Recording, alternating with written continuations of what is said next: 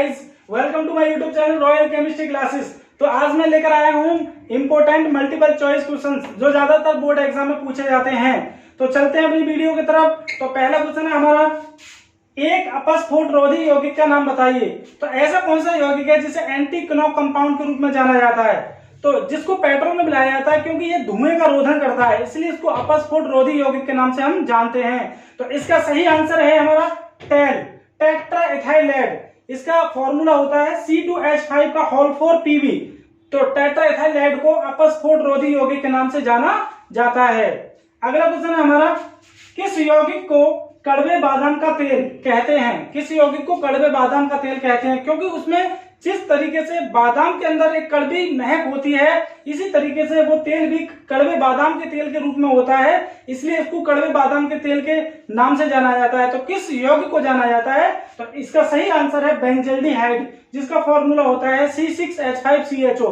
तो बेंजल्डिहाइड को कड़वे बादाम के तेल के नाम से जाना जाता है। अगला क्वेश्चन है हमारा, मिर्बेन का तेल किस यौगिक को कहते हैं। तो कौन सा यौगिक है जिसको मिर्बेन के तेल के नाम से जाना जाता है, तो सही आंसर है इसका नाइट्रोबेंजीन, जिसका अणु सूत्र होता है C6H5NO2। तो नाइट्रोबेंजीन को मिर्बेन के तेल के नाम से जाना जाता है।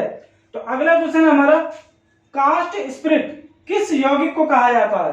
कौन सा यौगिक है जिसको कास्ट स्पिरिट के नाम से जाना जाता है, तो इसका सही आंसर है हमारा मिथाइल एल्कोहल या मैथिल एल्कोहल, जिसका अणु सूत्र होता है CH3OH। तो CH3OH मिथाइल एल्कोहल को कास्ट स्पिरिट के नाम से जाना जाता है, क्योंकि यह लकड़ी से प्राप्त होता है, इसलिए इसको कास्ट स्पिरिट कहते हैं।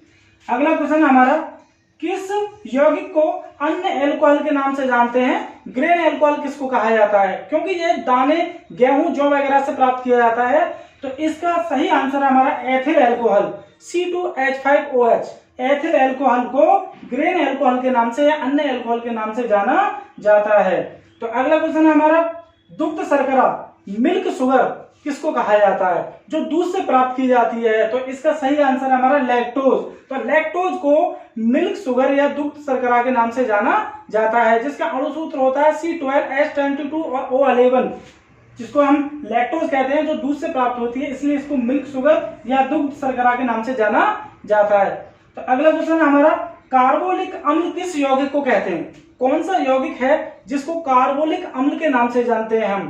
तो इस यौगिक का सही जो आंसर है, इस प्रश्न का जो सही आंसर है वो है हमारा फिनॉल, जिसका अणु सूत्र होता है C6H5OH। या बेंजीन रिंग के टॉप पर OH समूह को हम जोड़ देते हैं तो हमारा फिनॉल बनता है। तो फिनॉल को ही कार्बोलिक अम्ल के नाम से जाना जाता है। अगला क्वेश्चन है हमारा, कि लाल चींटियों के डंक में कौन सा अम्ल उपस्थित होता है।